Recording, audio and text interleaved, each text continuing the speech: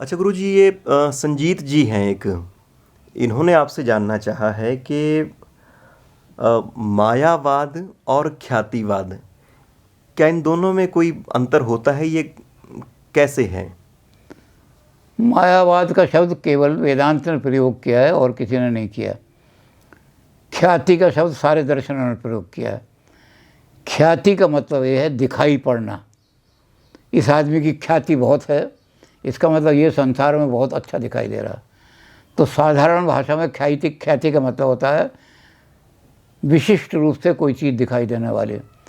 लेकिन दर्शन में इसका बिल्कुल दूसरा अर्थ है। दर्शन में उन्होंने एक उदाहरण को लेकर के उसकी व्याख्या करने की जो चीज़ है उसको ख्यातिवाद कहा है।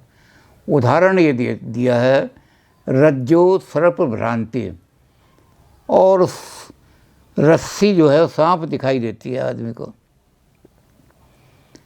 और वो चीखता भी है सांप सांप, लेकिन जब देखता है कि रस्सी है तो रस्सी रज्जो सर्प भ्रांति।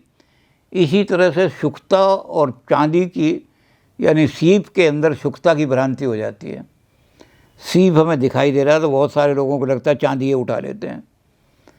तो इसकी व्याख्या को अलग अलग दार्शकों ने होगा कि रज्जो सांप कैसे दिखाई देती है जबकि वहाँ सांप है ही नहीं, सांप नहीं है। तो इसकी व्याख्या अलग अलग लोगों ने की है। कुछ लोगों ने विवेक भ्रष्ट के नाम से विवेक ख्यातिवाद कहा है, किसी ने अन्यथा ख्यातिवाद कहा है कि ख्याति तो होती नहीं, आदमी को जो चीज़ दिखाई दे रही वही ठीक है।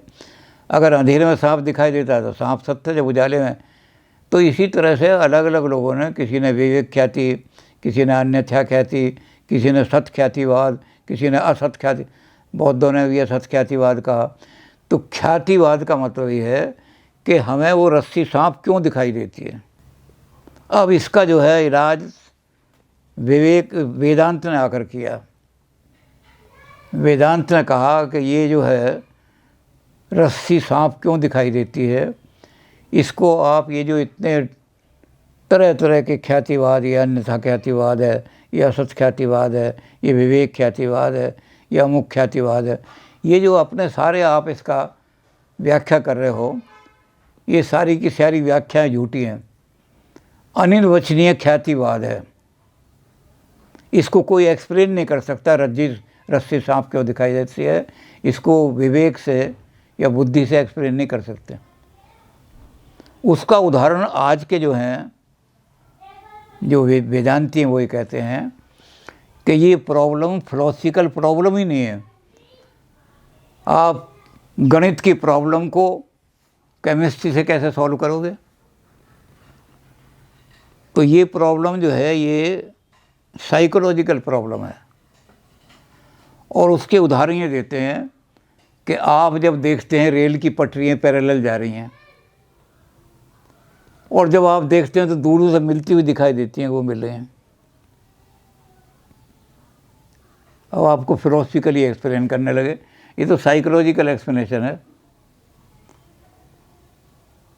तो इन्होंने कहा अन्यथा ख्यातिवाद, इस ख्याति की कोई व्याख्या नहीं की जा सकती, क्योंकि ये साइकोलॉजिकल चीज़ है ख्याति, ये फिलोसफिकल ख्याति नहीं है। तो ख्याति का मतलब है कि इस गलती को, मिसकंसेप्शन को, गलत जो दिखाई दे रहा है, हमारी दृष्टि भ्रम जो हो रहा है, इस दृष्टि भ्रम का क्या एक्सप्लेनेशन है, यही ख्यातिवाद कहलाता है। तो अब दृष्टि भ्रम का एक्सप्लेनेशन मॉडर्न वेदांती ये कहते हैं कि हमें जो रेल की पटरियाँ मिलती हुई दिखाती है, क्या है इसका फिलोसफिकल एक्सप्लेनेशन क्या है? क्या पटरियाँ आगे जाके अपने आप मिल जाती हैं? क्या पटरियों को कोई मिलाने वाला भगवान आ जाता है, या हमारा विवेक भ्रष्ट हो जाता है? तो ये व्याख्या जो कर रहे हो सारी की सारी, ये सब व्याख्या है। सबसे बड़ी व्याख्या ये है अनिर्वचनीयवाद। It can not be philosophically explain, कि हमें रस्सी सांप क्यों दिखाई देती है, ये फिलोसफिकली एक्सप्लेन नहीं किया जा सकता। ये प्योर साइकोलॉजिकल भ्रम है। तो इसको साइकोलॉजी के द्वारा एक्सप्लेन करो, और साइकोलॉजी में कोई एक्सप्लेनेशन होता नहीं।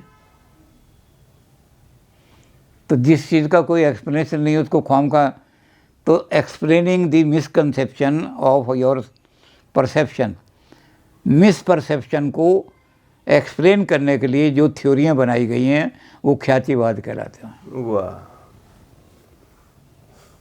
ठीक है गुरु जी। ठीक है जी। ठीक है।